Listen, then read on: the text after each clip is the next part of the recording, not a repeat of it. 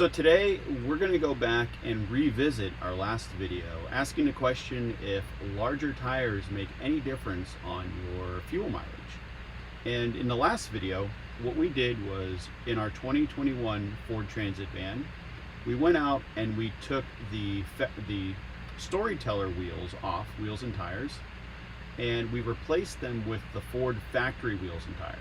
Now the Storyteller wheels and tires were aluminum alloys with 30-inch BFG KO2 tires, so an all-terrain tire, aggressive tread. And our thought was, with those bigger tires, it was probably one of the things that was affecting the MPG on our van, because our MPG wasn't all that good. So we decided we got a set of Ford factory wheels. Now these are steel wheels with a 28-inch tire. This tire is designed for road use and is narrower than the BFGs that were on the van. So we figured we would probably see a significant difference in fuel mileage. The test that we did was to actually do a 45-mile run with the Storyteller wheels and tires, and then do that same run with the Ford factory wheels and tires.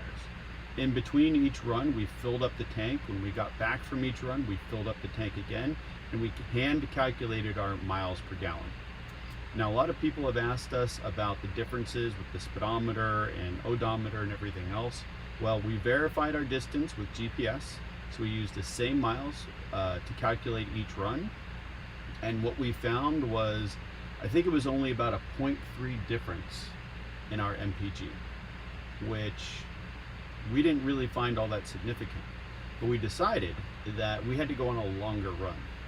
And this past week, we actually did 2 long runs. We did a drive down to Birmingham, Alabama, and back up to Indiana, which I think netted out to about 850 miles with all the driving around we did.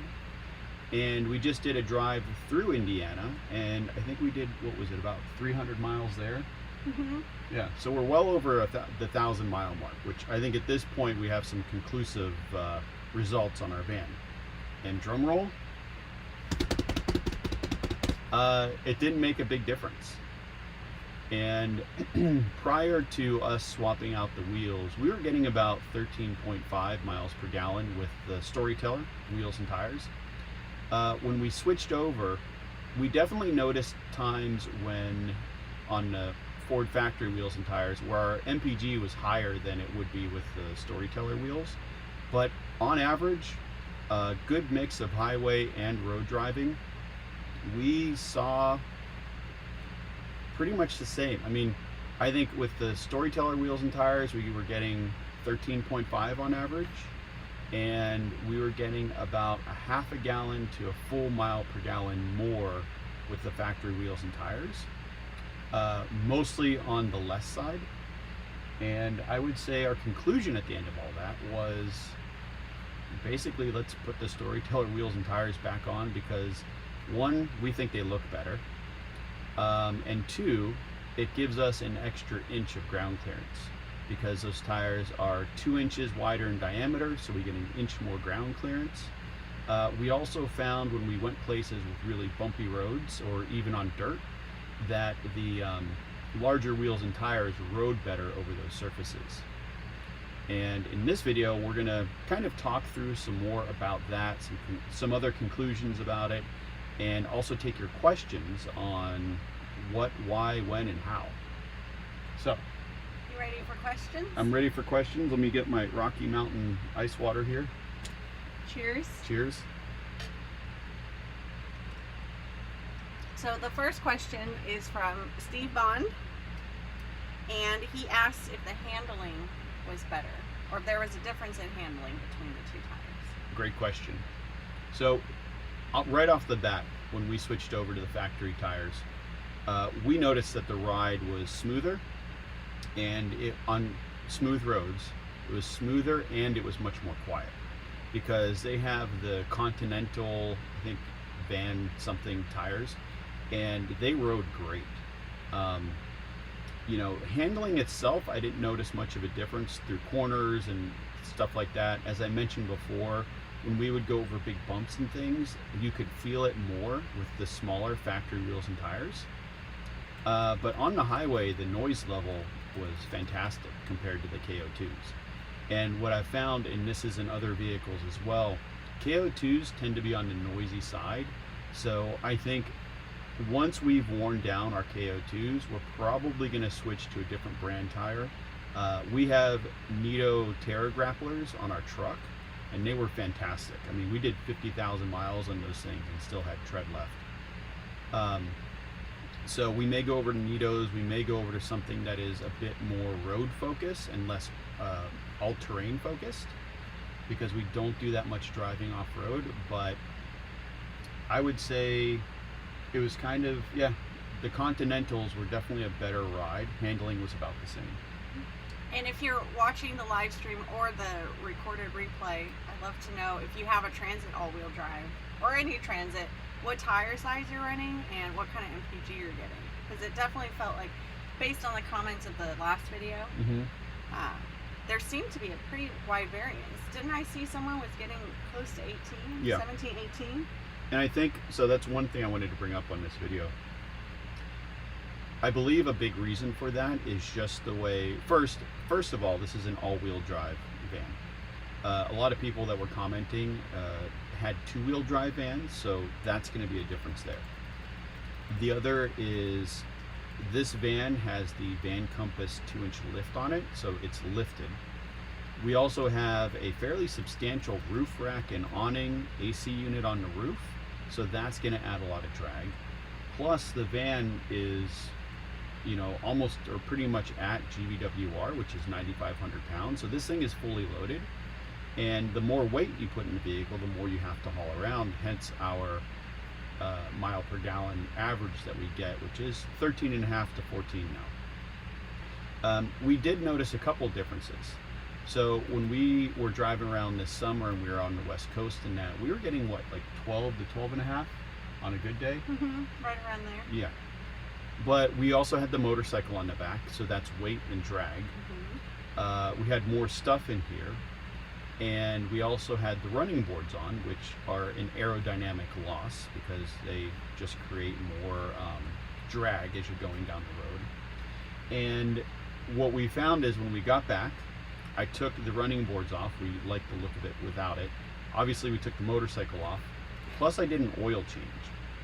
And I think getting that old oil out, because that was all the break-in oil, putting fresh oil in, I put some oil additives in. I like to use arch oil, and I think that really helped things. And what we noticed is right after we drove, after the oil change, our MPG was fairly similar. As we continued to drive and we put a couple hundred miles on and that oil really circulated through and the arch oil was doing its thing, our miles per gallon starts steadily increasing noticeably. And this isn't a commercial for arch oil. I don't sell it or anything, but we've used it in our Power Stroke, and I decided to put some in here, and I absolutely love the stuff. So we noticed the difference. And I want to say a huge thank you to Rob for that super chat. You are awesome, and we definitely have to get on the phone with you here pretty soon once we get some time. It's been too long, my friend. You ready for more questions? Ready for more. Oh, before I get to questions, do you want to mention the test result for your oil change, or? Sure. Yeah, so I sent the oil for the van off, and when I did, they found a large amount of aluminum in the oil. But the oil lab said that's pretty typical for, you know, your first oil change and break-in. And with all my vehicles, I like to send the oil in just so I know what's going on. I changed the oil at 7,500 miles, and I think we were scheduled service is at 10. I wanted to do it a little early. The oil lab said I could definitely push to 10, and you know, once we get it at 10, I'll see where we are and what's going on. So before you ask another question, so going back to the wheels and tires, some things that I saw in the comments quite a bit is people were asking about wheel weight, because a heavier wheel is going to be more difficult to turn going down the road than a lighter one. Well, we weighed both sets of wheels, and the Storyteller wheels, although they had a bigger tire on them, they do have that aluminum rim. They were only, 2 pounds heavier per tire. I thought it was 1.5. It was right. Let's say 2. Okay. So almost the same weight. Very little difference. I think let's see, it was 64-ish pounds for the Ford wheels and 66 for the Storyteller wheels. So not much of a difference there. I think if you went with a lighter, more road-focused tire on the Storyteller wheels, those would end up being lighter than the factory wheels, so that might help you. What else? Next question. John asks, do you think wind resistance is a bigger factor than tire size? Absolutely. And I will say we've noticed that when we're driving cross country, we did a drive from, what was it, Denver to Springfield, Missouri. And we were getting pounded by crosswinds. I think our average was 9.5 or 9. And you can watch the MPGs just drop when you hit wind, especially if it's head on. So yes, wind resistance does make a big difference. And I think if we were to get rid of the roof rack and a bunch of stuff up there, our MPGs would go up. But we love the roof rack.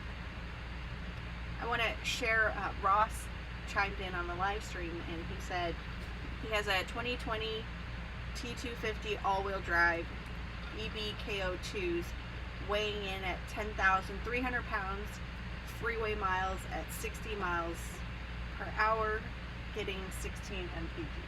That's fantastic. That's really good. That is really good. Maybe we just drive a little too fast.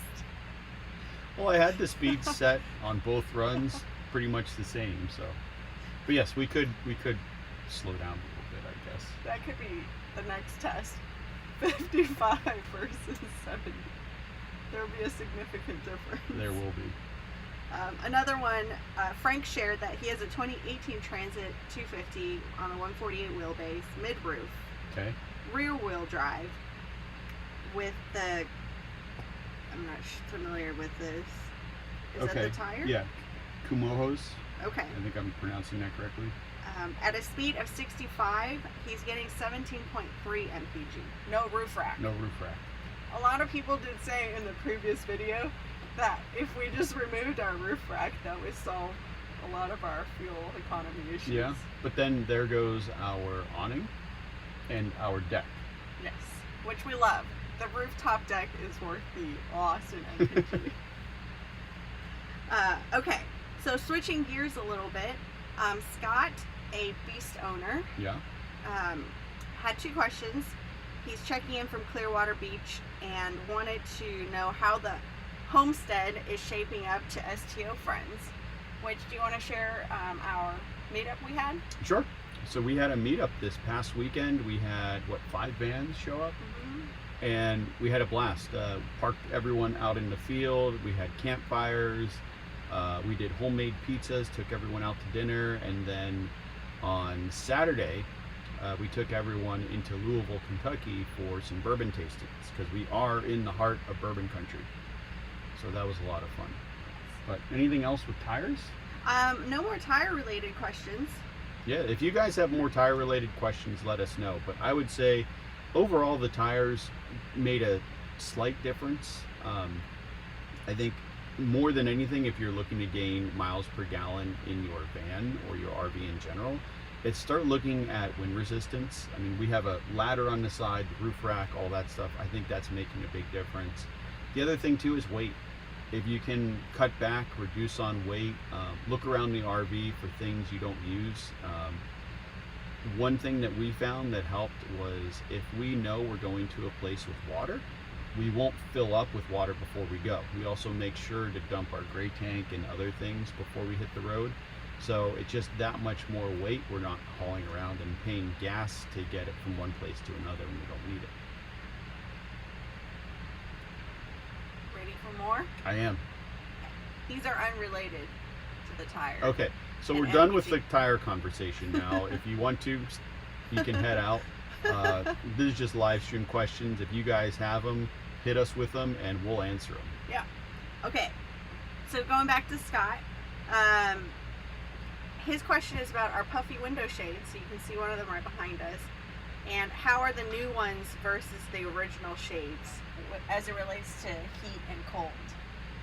Um, Maybe just overall function. it's hard to say without having the two back to back and seeing what it's like. I will say the puffy ones are fantastic. They pack away really easily. They go up easily. We love them. And I would say if you have the old version and you have a chance to get the new version, absolutely do it. The next question is about going to events. So Chris asked if we're going to Overland Expo East.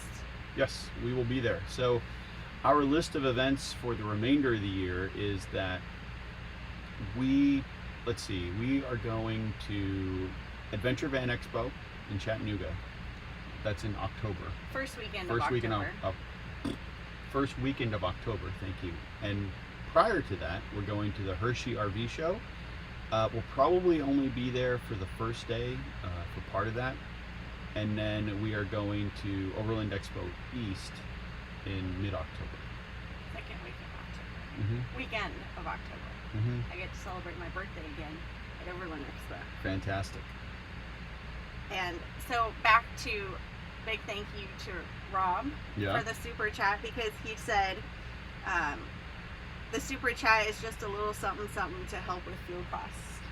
Luckily, fuel costs, at least in home base Indiana, has gotten much better. Yeah, we paid on our way back here just across the river in Louisville. I think we paid $3.19 for fuel on our last fill up. Yeah, I was jumping for joy.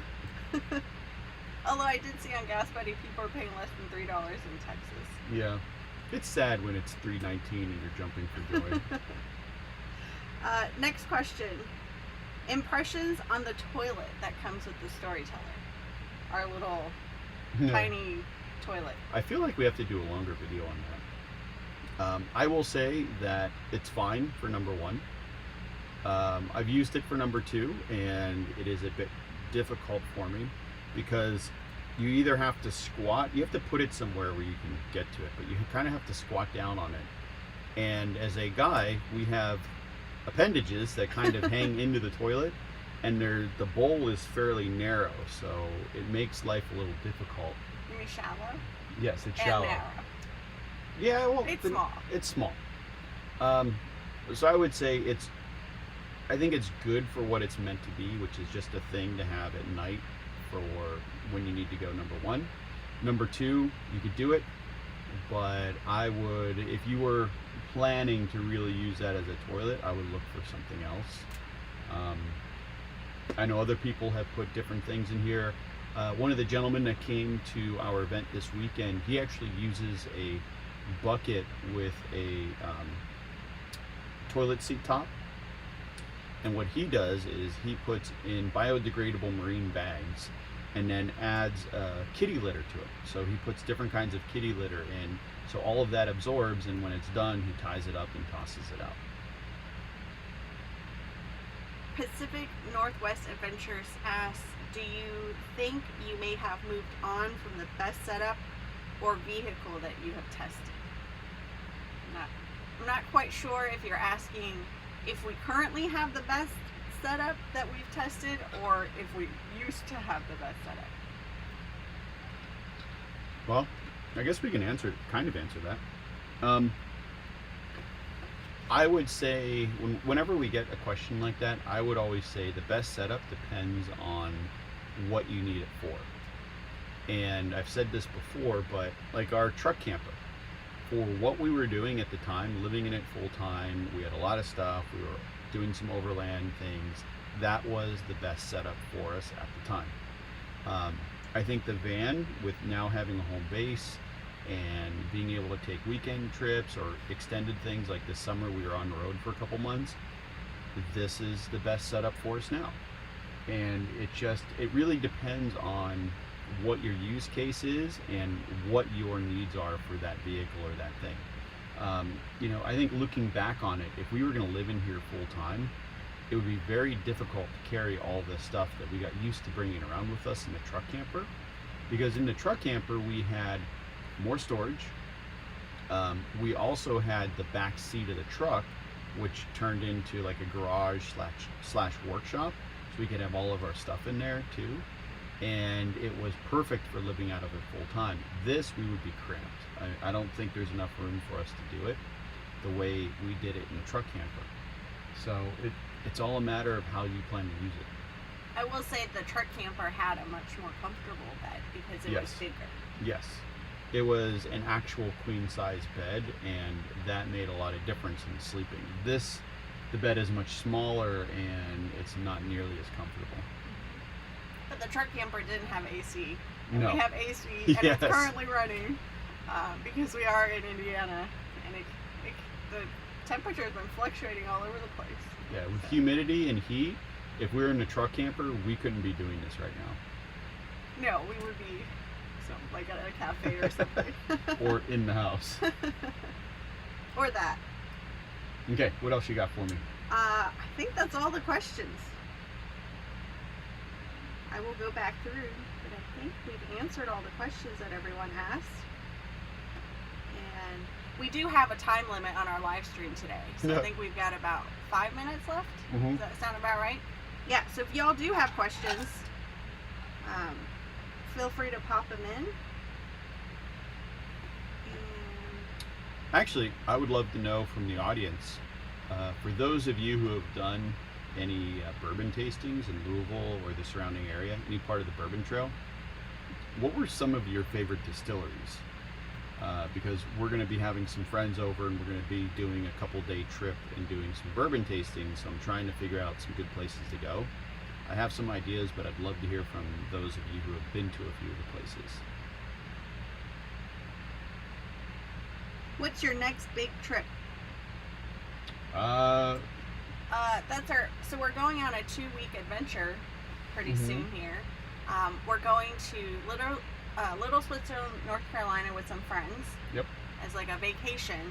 And then the second half of that trip will be more of a work trip where we're going to Pennsylvania for the Hershey RV show. And we're coming up on 7 years of RVing. And I still can't believe that we've never been to the Hershey show. I feel like we've been to all the other big RV shows. We have.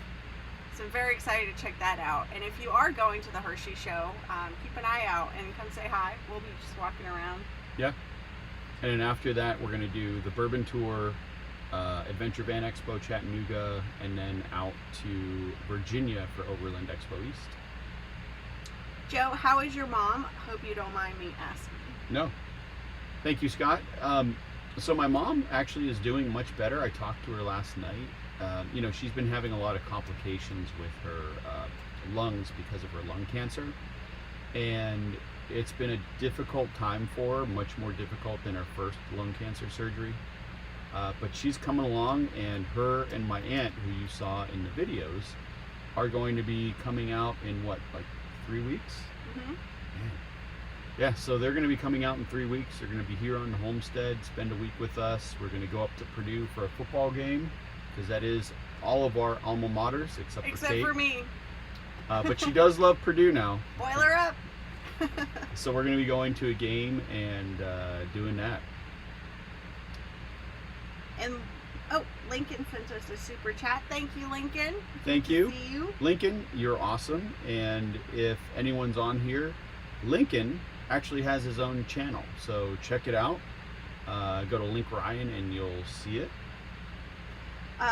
There was one other question I think we can answer before we hop off, which is, you're pretty handy and skilled. Do you think there is enough value provided by the turnkey van versus a roll your own? I'm Yes. guessing at DIY. 100%. I would For not. us. Yes, for us. I would not want to go through the headache and hassle of building your own van. I've talked to enough people where just the expense and the time of it was well beyond what they expected. A lot of people don't get exactly what they want or even close to it, and end up buying a pre-made van after it's all said and done. There are some people it's been worked out great for. I don't think we would be those people, and it's not something I want to tackle. Don't forget, we did do a light build on that GMC van Amir lent us, and that in itself was fun, but not something we want to tackle. Yeah, it's not our style. It's not what I want to go through. I'd rather have it done. You know, worst case, if you're on the road, you need to use that warranty. It's there. Yeah, I don't want to deal with it. All right, well, I think that's it. That is it. If y'all aren't subscribed to our newsletter, be sure to sign up on our website at Oh. we'therussos.com.